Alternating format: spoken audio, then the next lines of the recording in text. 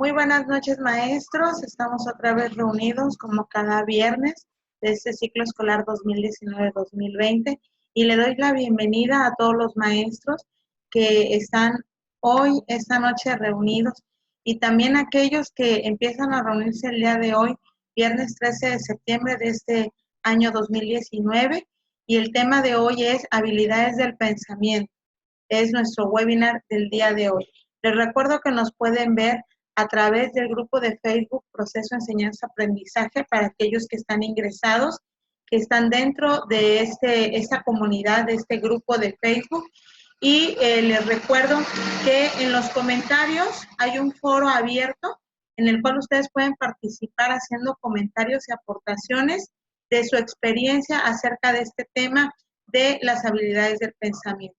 También tenemos un canal de YouTube, Tareas Geografía, el cual, bueno, a partir de las 9 de la noche de cada viernes, también vamos a estar transmitiendo en la misma tiempo del grupo de proceso enseñanza-aprendizaje.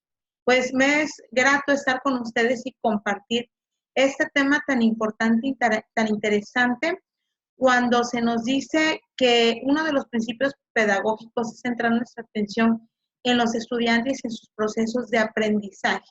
Y cuando vemos procesos de aprendizaje, tenemos forzosamente que irnos al pensamiento, a lo que pasa, ¿verdad?, en los procesos cerebrales y todo lo que se transforma de concreto, que es lo físico, a lo abstracto, que está en la mente de cada uno de nuestros alumnos. Y vamos a comenzar por, bueno, definir algunos conceptos. Y el primer concepto sería el del pensamiento. Bueno, ¿qué es un pensamiento? Algunos especialistas dicen que los seres humanos tenemos de 7,000 a 12,000 pensamientos por día.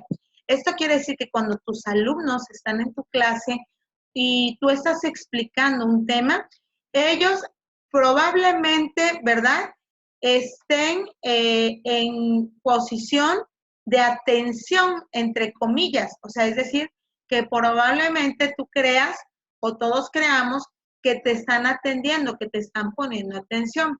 Pero la verdad es de que muchos de ellos están en otras cosas, como por ejemplo pensando en el artista preferido, en lo que van a hacer a la hora de la salida, en lo que van a hacer por la tarde, la tarea que les encargaron, las cosas que tienen que hacer en casa, lo que va a pasar el fin de semana, el cumpleaños, la mascota, si su abuelita está enferma y otras cosas más.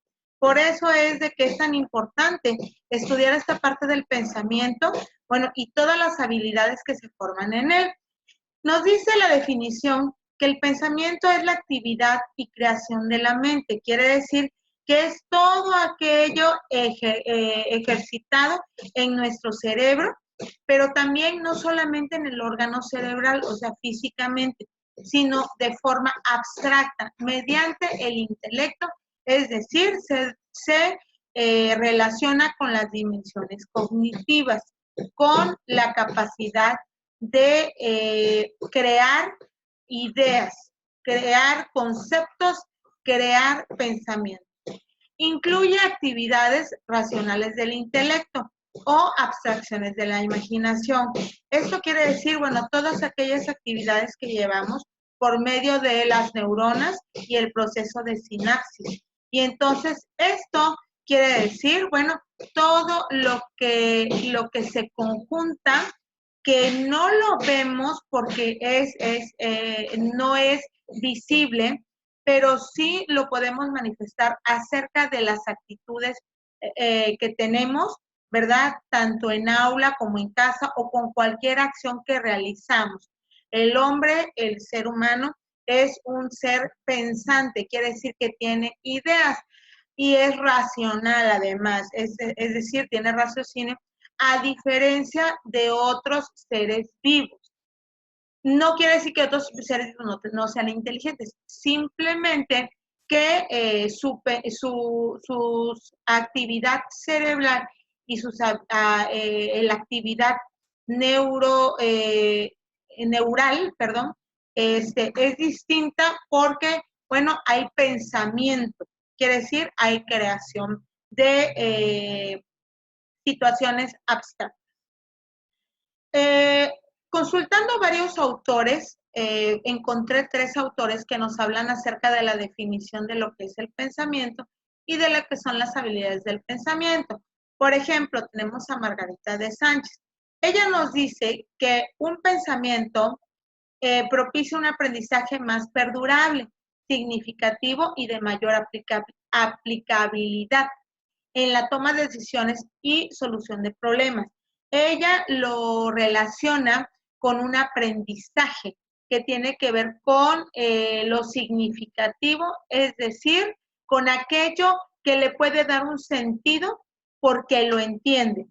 Entre las habilidades del pensamiento que esta autora maneja está la de observar y describir, establecer características esenciales, clasificar, planear y verificar hipótesis, definir conceptos, analizar, sintetizar y establecer analogías y evaluarse.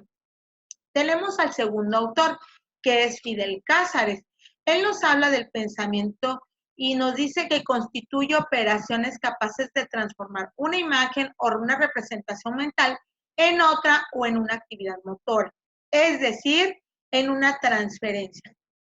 Tenemos un pensamiento base y ese pensamiento nos va a llevar a otra creación de pensamiento. Entre las habilidades, del pensamiento que Fidel Cázares puede enumerar son la observación, la comparación, la relación, ordenación, clasificación jerárquica, el análisis, la síntesis y la evaluación. Algunos de ellos cabe señalar que coinciden. Y Ríos, que es el último autor que encontré, él nos dice que el pensamiento son procesos complejos, rápidos, inconscientes y tan fugaces que no logramos memorizar. Es decir, bueno, esto se relaciona con lo que yo les decía de los últimos avances de la ciencia en cuanto a la cuestión neural o la neurociencia, que nos dice que nosotros tenemos entre 7,000 y 12,000 pensamientos al día. Son tan rápidos, tan fugaces, es más, si nosotros nos hacemos conscientes y en este momento pensamos aquellos, por ejemplo, que conducimos, muchas veces conducimos de una manera inconsciente y no quiere decir que, bueno, que no estemos ahí conduciendo. Incluso le damos el paso a las personas, a los peatones, hacemos caso de las señalizaciones, vamos manejando bien, pero en nuestra mente venimos pensando que vamos a cocinar, cuáles son los pagos que vamos a realizar, qué es lo que vamos a hacer, nuestras actividades docentes, y un sinfín de actividades que tenemos y que podemos realizar. Ahora, los pensamientos o lo que es la actividad del pensar sucede tan fugaz y tan de forma inconsciente que no nos damos cuenta y es por eso que les vuelvo a repetir que que suceden no solamente 1 y 2, sino miles de pensamientos a lo largo del día. Ahora, ¿cuándo pensamos? Pensamos cuando estamos conscientes y también cuando estamos de manera inconsciente. ¿Cuáles son estas habilidades del pensamiento que puede nombrar Ríos? La observación, la memorización, definición, el análisis y la síntesis, la comparación, la clasificación, la inferencia y el seguir instrucciones. Todas ellas, las habilidades del pensamiento que nos nombran esos autores, son muy parecidas, ¿verdad? Pero al mismo tiempo, tienen sus diferencias. El día de hoy yo me centraré, en platicarles acerca de una bibliografía, de la Universidad Veracruzana que me parece muy buena y la pude rescatar, que habla acerca de las habilidades del pensamiento básico y las habilidades superiores del pensamiento. Las habilidades básicas del pensamiento, también conocidas como HBP, son un tipo especial de procesos mentales que permiten el manejo y la transformación de la información. Es decir, son tan básicas que cualquier estudiante las necesita para acceder al siguiente tipo de pensamiento, que sería el pensamiento superior. Estas se adquieren en un mundo cotidiano y sirven para transitar en él. Además, que se van afianzando en los primeros ciclos escolares que él cursa, es decir, en preescolar y en una parte de primaria. Tienen una función bien importante porque son sociales, es decir, que les sirve al ser humano para desarrollarse dentro de la sociedad, pero no son suficientes para que transite durante todo su recorrido escolar hasta llegar al nivel superior. Las habilidades básicas del pensamiento son un puente, son un trampolín para lograr las habilidades analíticas del pensamiento o las habilidades superiores del pensamiento, pero tienen algunas consideraciones, es decir, como si fueran cláusulas. No deben ser lineales, quiere decir que no se puede seguir una sola línea, no va una tras de otra. No deben verse separadas, es decir, son 5 y van todas en conjunto. Y en cuanto a la metacognición, siempre debemos de preguntarnos, bueno, ¿de qué nos damos cuenta en el desarrollo de cada una de ellas? Tenemos 5 habilidades del pensamiento. La primera es observar, la segunda es comparar, la tercera relacionar, la cuarta clasificar y la quinta describir. Y ahorita la vamos a ir viendo cada una de ellas. En cuanto a la primera, que es observación, hablamos que es un proceso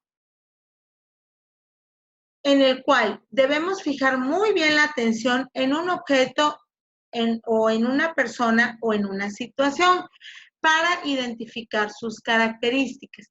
En la observación entra o está implícito el sentido de la vista, pero también no solamente es ver, ¿sí? Porque muchas veces confundimos el ver con el observar. Cuando yo estoy viendo, solamente utilizo mi sentido de la vista, pero cuando yo estoy observando, estoy yendo más allá en una atención fija hacia un objeto, una persona o una situación de la cual voy a obtener ciertas características o cualidades. Hay 2 momentos dentro de la observación. Tenemos la observación concreta y la observación abstracta. La observación concreta es aquella que tomamos, bueno, directamente de algo físico, que puede ser una persona, un objeto, un evento, una situación, a partir de los sentidos, es decir, de lo que podemos observar. Y la observación abstracta es aquella que ya no está nada físico, pero que podemos reconstruirlo mentalmente sin tener a la persona, al objeto o a la situación más que en el pensamiento, es decir, una reconstrucción mental. Puede ser esta observación directa o indirecta. Directa cuando la vemos de una fuente primaria, es decir, cuando entramos en contacto con el objeto de observación, la persona o la situación, o tenemos una experiencia y podemos observar algo de una fuente directa. En la parte indirecta, bueno, identificamos características a través de la descripción de otras personas que nos pueden ir diciendo cómo son esas, qué características tiene ese objeto y entonces podemos recrearlas en nuestra vida. Hay 2 factores que influyen en esta observación. En primero, la naturaleza o grado de conocimiento que se tenga de la persona, objeto, evento, situación que se observa y la influencia del observador, es decir, su trasfondo, quiere decir el contexto y la experiencia previa, el aprendizaje previo. Y la segunda, que esta observación debe ser objetiva, es decir, sin suposiciones, sin experiencias previas y sin inferencias. Esto no quiere decir que no haya un conocimiento previo, sino que ese conocimiento no intervenga para una nueva observación. El procedimiento de observación consta de 4 pasos. El primero, definir el objeto, el sujeto, situación que vamos a observar. La segunda es fijar la atención en sus características totales. La tercera, ir listando esas características. Y la cuarta, verificar el resultado de la observación si logra o no logra el propósito de dicha actividad. La siguiente habilidad del pensamiento, que sería la segunda, es la comparación. Siempre vamos a empezar por una observación, aunque no es lineal, pero la observación sería nuestra habilidad básica primordial. Sería la primera en ese escaloncito. El proceso mental de la comparación se basa en la observación de dos o más objetos para tener referentes que puedan hacer una diferencia entre uno y otro. Se identifican características diferentes, pero también semejantes. Quiere decir las cosas que son iguales y las cosas que son distintas. Tenemos en esta comparación varios tipos de semejanzas. Semejanzas absolutas cuando hay una igualdad de características, es decir, que deben ser idénticas y prácticamente, bueno, esto es imposible porque sabemos que nadie es como dos gotas de agua, ni hay dos objetos iguales en el mundo. Tenemos las semejanzas también relativas. Es algo parecido a las características y en este tipo de semejanzas se valora lo más parecido posible. Por ejemplo, y tiene que ver con una variable que sea común. Dos países del tercer mundo, el nivel de vida o la corrupción, dos equipos de fútbol, el número de jugadores, la vestimenta, es decir, el uniforme. Dos estudiantes estudian, hacen tarea, llevan mochila. Esas serían semejanzas relativas. Quiere decir, hacemos una comparación entre este tipo de objetos o de sujetos y serían muy parecidos por las características que tienen. Tenemos las semejanzas intrínsecas. Estas son características propias de los sujetos comparados que tienen que ver con la naturaleza de lo que se compara. Por ejemplo, esta imagen que estamos viendo, bueno, son vegetales, sirven para sembrar, serían semillas, las venden en las tiendas de semillas y son propias de una especie en particular cada una de ellas. Aquí la semejanza intrínseca sería la que viene implícita en cada una de ellas. Semillas de vegetales sirven para sembrar y las venden en la misma tienda. Tenemos las semejanzas funcionales. Son aquellas inherentes a las funciones que realizan los objetos, similares en cuanto se pueden utilizar para un mismo propósito. Por ejemplo, los medios de transporte, el avión, el auto, el tren y el barco, sirven para lo mismo, para transportarnos de un lugar a otro, aunque cada uno de ellos sea de forma distinta. Por ejemplo, el avión es aéreo, el auto es terrestre y el tren también es terrestre, el barco es marítimo, ¿sí? Es de mar. Las semejanzas implícitas son las que vienen, bueno, dentro del mismo objeto, sujeto o situación, ¿verdad? Pero pueden estar sobreentendidas. Por ejemplo, estos dos animales, que es una vaca y una cebra, son mamíferos, son terrestres, son vertebrados. Y si pusiéramos, por ejemplo, un cerdo, también cumple con esas tres características. A menos de que pusiéramos, por ejemplo, una ballena, sí sería mamífera vertebrada, pero no es terrestre, sería marina. El procedimiento de comparación tiene 4 pasos. Primero debemos definir el objeto. En segundo lugar, identificar la variable, quiere decir el punto de comparación, hacer una lista de características semejantes y diferentes y verificar, bueno, cuáles son las diferencias y las semejanzas. La tercera habilidad básica del pensamiento es la de relación, que significa relacionar dos o más objetos, personas o situaciones. Esto conlleva procesos mentales, conectar los resultados de exploración y vincular la información. Las relaciones surgen de un proceso de comparación que se expresa por medio de equivalencias. Por ejemplo, 2.5 es igual a 1/4. Similitudes. En la imagen vemos una persona y un perro, pero con el mismo tipo de pelo, que sería ondulado y castaño. Semejanzas. En la imagen vemos varios niños, aunque tienen características diferentes, pero pues son niños. Las relaciones que tienen la misma edad son preescolares. Y las diferencias. En esta imagen vemos dos mujeres que son de tez blanca cabello castaño, pero una tiene obesidad y la otra es delgada. Tienen la misma ropa. La relación es el proceso de abstracción en el cual se establecen conexiones, nexos o vínculos con características observadas referidas a una misma variable. En el caso de la imagen, vemos, bueno, un gallo, una gallina y el ciclo del huevo hasta que nace el pollito. Esta relación se da en un contexto particular. Estos elementos se relacionan uno con otro porque tienen que ver con el proceso de reproducción de, bueno, de las aves o del ganado avícola. El procedimiento de relación tiene 5 pasos.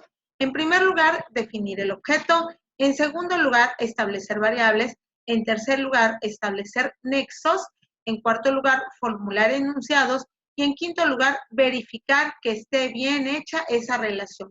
Esta variable, al igual que la comparación, es un punto por el cual partimos a hacer diferencias o semejanzas y relacionamos.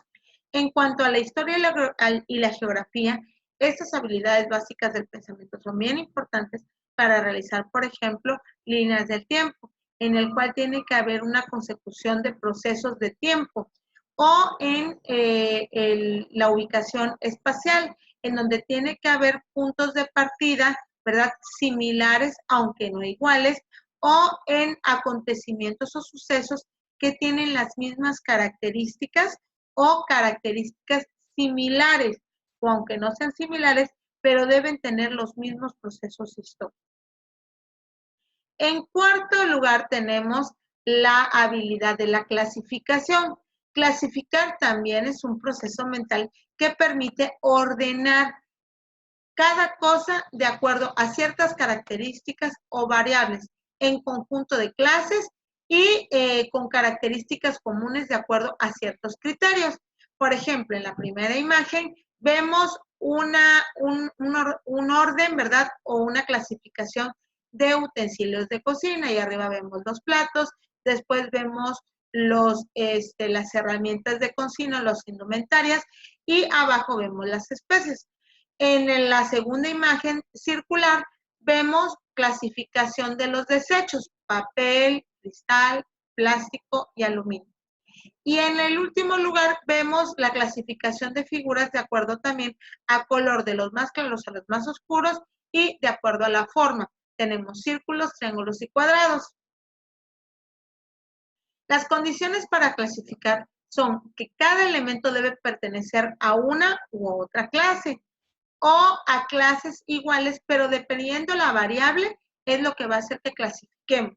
Cada elemento debe ubicarse en alguna de las clases. No puede repetir la clase a menos de que se haga un cuadro inventario en el cual se clasifique en forma horizontal y vertical, como lo que pasa en los cuadros mágicos de multiplicar. Las características permiten separar o distinguir los elementos de una clase. Quiere decir que por ciertas características podemos etiquetarlos en una categoría o en otra. Los procedimientos de relación y clasificación son definir el propósito, identificar las características, establecer semejanzas y diferencias, ubicar los objetos de clase correspondiente y revisar el proceso y los resultados. Aquí tenemos un ejemplo de componentes geográficos y nosotros los clasificamos en un cuadro comparativo por tipo de componente: natural, social, económico, político y cultural. En este ejemplo tenemos otro tipo de clasificación y son flores. Tenemos, por ejemplo, los podemos clasificar en flores rojas o flores azules o flores naranja, flores amarillas o flores de acuerdo a la estación de primavera, de verano, de otoño o de invierno, o de acuerdo a otras características biológicas que tengan de germinación. La descripción sería la última habilidad básica del pensamiento. La descripción es el proceso en el cual se informa de manera clara y ordenada las características que sacamos o describimos, válgase la redundancia, de un objeto, una persona o una situación. Puede ser de forma inductiva o deductiva. Inductiva de lo particular a lo general y deductiva de lo general a lo particular. Y puede ser de lo inmediato a lo mediato o dependiendo del propósito de la descripción. Quiere decir, de lo más cercano a lo más lejano. ¿Qué se describe? Bueno, podemos describir personas, objetos o eventos o situaciones. Para cada una de las descripciones tenemos preguntas distintas. Por ejemplo, para las personas, ¿quién es? ¿Cómo se llama? ¿Qué edad tiene? ¿A qué se dedica? ¿Qué tipo de tez tiene? ¿Cuál es el color de su cabello? ¿Cuál es el color de sus ojos? Si queremos entrar en clasificaciones ya muy personales. En cuanto a los objetos, ¿qué es, qué tiene, qué hace, para qué funciona, para qué se usa? En un evento o una situación, dónde, cuándo, por qué, quién, qué pasó. En historia recuerden que nuestros esquemas de análisis descriptivo tienen ese tipo de preguntas para diferentes eventos o acontecimientos. El procedimiento de la descripción tiene 5 pasos. Primero, definir el propósito, para qué vamos a describir o qué vamos a describir. Elaborar preguntas guías, que son las que vimos en esta diapositiva. Fijar la atención en las características relacionadas a las preguntas. ¿Qué es lo que realmente queremos describir? Y listar características de forma ordenada. Darnos cuenta del proceso de descripción total y ver si cumple con el propósito, porque este ciclo no termina. Después de estas 5 habilidades básicas del pensamiento, tenemos las habilidades superiores del pensamiento. Estas habilidades, bueno, como su nombre lo dice, no son tan básicas. Sin embargo, no podemos dejar a un lado las básicas. Las básicas es el primer escalón y el segundo escalón serían las habilidades superiores del pensamiento. Y estas son un conjunto de actividades mentales transformativas requeridas para el análisis de situaciones complejas. Y tenemos 3 tipos de habilidades superiores del pensamiento. Hay autores que marcan mucho más, pero en este caso de esta plática que estamos teniendo, a mí me surge solamente recalcar la importancia por las siguientes 3, que son las que están más cercanas para el desarrollo de nuestros adolescentes. La primera sería el pensamiento analítico, que implica un proceso de recopilar información relevante, solamente la más importante. Identificar cuestiones claves relacionadas con información y descomponer un problema complejo, quiere decir difícil o con muchas características, en partes simples que se puedan ir organizando y entendiendo una por una para tener una visión global. ¿Cómo desarrollamos el pensamiento analítico en nuestros alumnos? Bueno, pues hay algunos pasos que los autores nos proponen para que podamos lograr este pensamiento analítico con nuestros alumnos. Pero recuerden, no podemos dejar de lado las habilidades básicas del pensamiento. En primer lugar, recopilar información. Siempre es bueno tener información nueva y actualizada y una información vasta. No con esto quiero decir que, bueno, que información que no sea importante, porque muchas veces nuestros alumnos, cuando les pedimos que investiguen información, nos traen mucha información, pero información que nosotros le llamamos paja, quiere decir que no es relevante. Entonces necesitamos que sea una información relevante y que nos pueda servir para el fin que nosotros queremos trabajar, cierto contenido para lograr un aprendizaje esperado. Después, dividir la información en partes, ir clasificando de qué información se trata y de qué tipo, por ejemplo, en historia, ámbito corresponde, en geografía, a qué tipo de componente se refiere.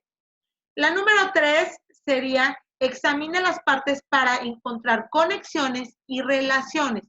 Ya que tenemos como un rompecabezas, vamos a examinar cada una de las partes para entender qué relación tiene uno con otro. Número 4, vamos a formular teorías. Bueno, supuestos. ¿Qué pudiera pasar si esto lo proponemos? ¿Qué pasaría si este se relacionara con este? El número 5 sería probar esas teorías e irnos más allá en historia, a lo que sucedió después, a las causas y las consecuencias y desarrollar posibles soluciones. En el caso de historia, bueno, lo podemos ver solamente en futuro, como parte, bueno, de esa historia formativa que nos sirve para prevenir situaciones del futuro. En el caso de geografía, para que se cumpla el enfoque de una geografía sustentable. Y la número 7, que sería el último paso para el desarrollo del pensamiento analítico, el evaluar el evaluar estas posibles soluciones para ver qué tanto el alumno ha llegado a desarrollar el tipo de pensamiento analítico. El segundo pensamiento superior o habilidad del pensamiento es el pensamiento crítico, ¿sí? Que tiene que ver precisamente con esa parte, bueno, de analizar y evaluar la información que existe respecto a un tema determinado, intentando esclarecerlo con veracidad. En el pensamiento crítico, bueno, entra el escepticismo, quiere decir el dudar, el tener cautela de creer cualquier cosa que se nos está planteando. Me resulta bastante interesante en esta lectura que hice de varios autores que algunos pueden manifestar y que yo, la verdad, no recordaba esto, pero a mí me sucedía de pequeña, que dice, bueno, cuando el niño es párvulo o es infante, él cree todo lo que le dice el maestro o cualquier persona, pero cuando el chico ya va de una edad de procedimientos concretos a abstractos, ya desarrolla este pensamiento crítico y entonces va dudando de lo que cualquier persona le dice. Ojo, es bien necesario que en nuestros alumnos desarrollemos este pensamiento crítico a fin de que ellos puedan lograr desarrollar a su vez un pensamiento científico y también de exploración del medio y de la sociedad. Consiste este pensamiento crítico en no aceptar una afirmación sin que sea demostrada. Nos vamos acercando más a un pensamiento meramente científico y comprobable. ¿Cómo desarrollamos en nuestro alumno este pensamiento crítico? Bueno, primero, manteniendo una mente abierta. Dudar no significa que no podamos recibir información. La podemos recibir, pero es bien necesario, bueno, antes de afirmarla, demostrar que sea verídica. Número 2, entrenar la empatía. Quiere decir, bueno, ser empático con lo que otra persona dice. Hay cuestiones, por ejemplo, y sí me gustaría recalcar esto, las religiones. Las religiones, ninguna es que tenga toda la verdad, ninguna es que tenga toda la mentira. Las religiones se adaptan de acuerdo a los contextos y a la realidad de cada uno, quiere decir a la fe, a lo que uno quiera creer. Entonces, bueno, a veces es necesario ser empático con otras personas y escucharlos, porque a lo mejor no es mi caso el creer cierta información, pero necesito ser respetuosa en escuchar esa información. La número 3, participar activamente en debates. El debatir significa que el alumno pueda demostrar un argumento y defender ese propio argumento con bases que estén bien fundamentadas y que además puedan tener sustento, no solamente legal, sino también científico y sustento histórico, porque a veces hay chicos que vemos muy seguros de sí mismos, pero lo que están diciendo no es correcto. Número 4, cuestionar estereotipos, cuestionar paradigmas, cuestionar modelos que ya están preestablecidos. Número 5, evitar efectos mayoría-minoría. ¿Qué quiere decir esto? Como la mayoría dice que eso está correcto, yo me voy con la mayoría.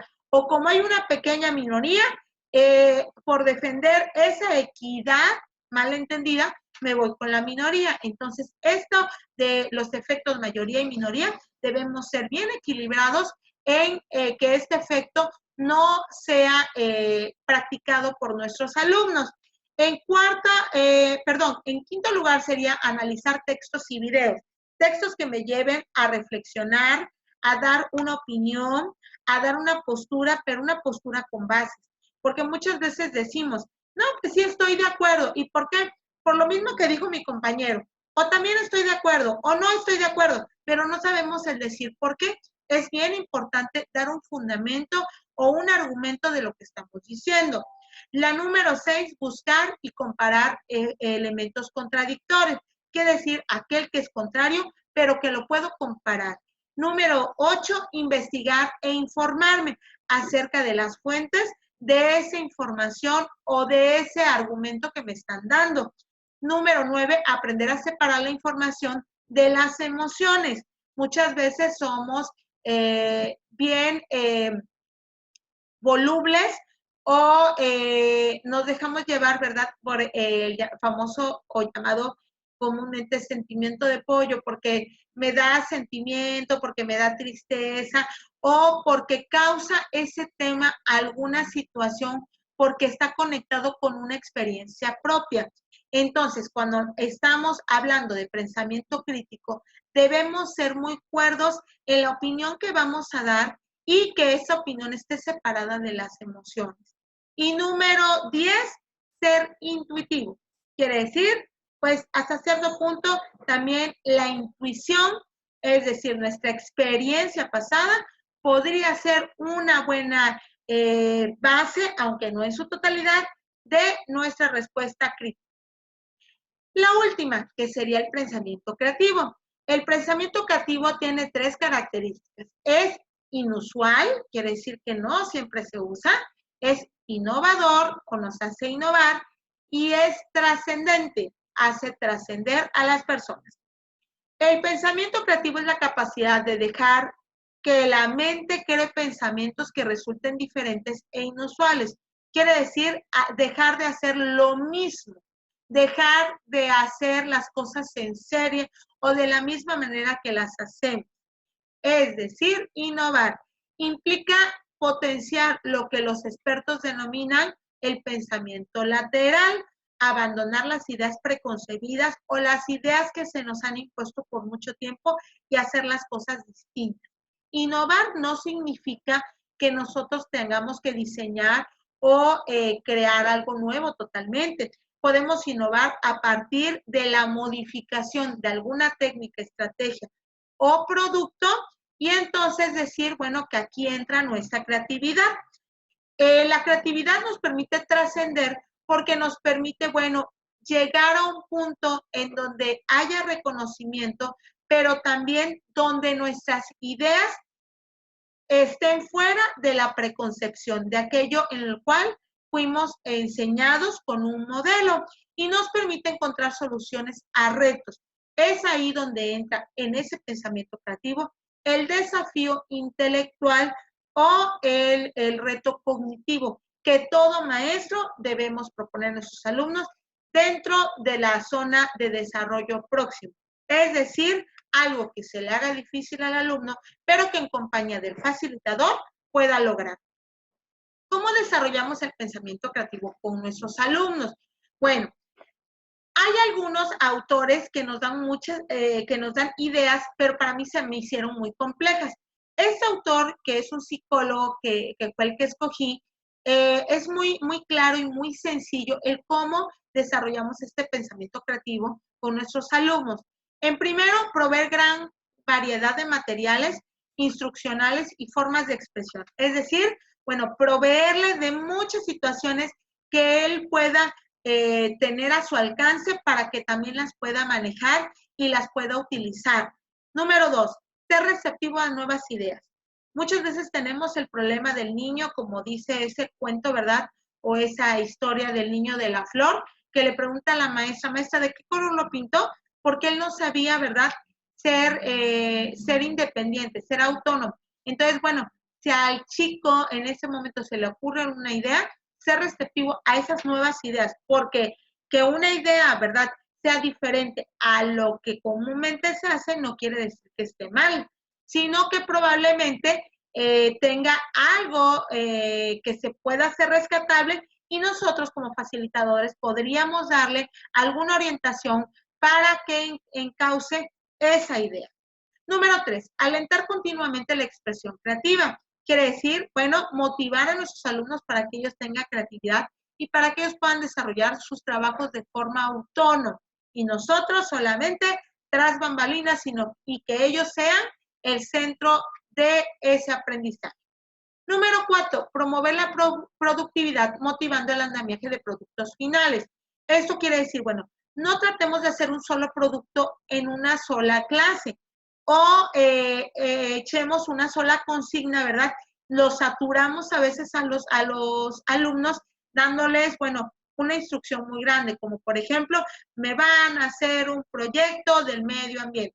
Si nosotros le diéramos la visión global, pero la visión también fraccionada, es decir, por etapas o fases, y creáramos actividades de andamiaje, el chico podría tener mayor creatividad porque implicaría lapsos más cortos de tiempo para que ese pensamiento innovador pueda surgir.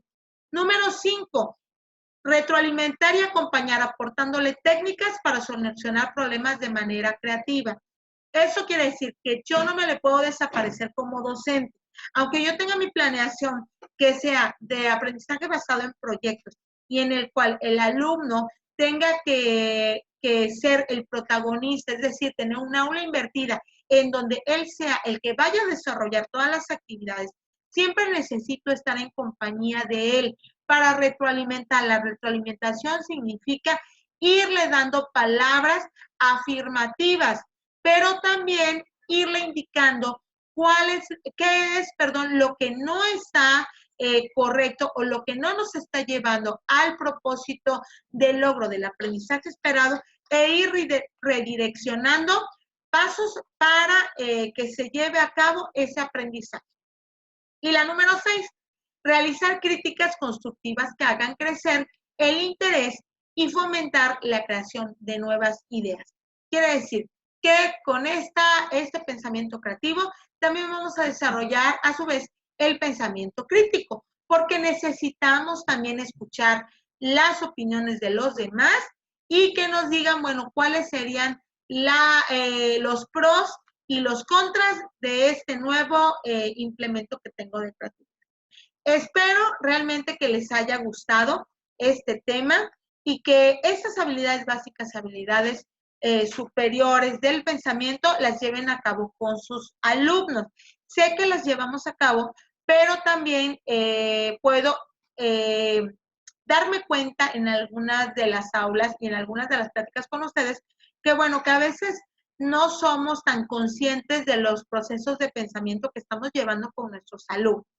La próxima semana vamos a concatenar este tema de las habilidades del pensamiento con el siguiente webinario, que es la construcción del conocimiento histórico y que se relaciona precisamente con esas habilidades básicas. Nos vemos la siguiente semana, que sería el viernes 20 de septiembre de este mismo año, dentro del ciclo escolar 2019-2020. Y bueno, les recuerdo que estamos en el grupo de Facebook Proceso Enseñanza Aprendizaje y también estamos en el canal de YouTube de Tareas Geo. Espero estar contando con ustedes en la siguiente sesión y que, bueno, les haya sido de utilidad. Estamos a sus órdenes, tenemos los grupos de WhatsApp. Les insto a participar en el foro, dejando su comentario, no solamente un saludo. Espero que hagan comentarios y que nos cuenten su experiencia de estas habilidades del pensamiento. Gracias, maestros, por estarme viendo. Gracias por estar en concurrencia. Ya tenemos varias vistas en el grupo de Proceso de Enseñanza-Aprendizaje. Nos estamos extendiendo al canal de YouTube y espero pronto nos veamos en reuniones presenciales. Dios les bendiga.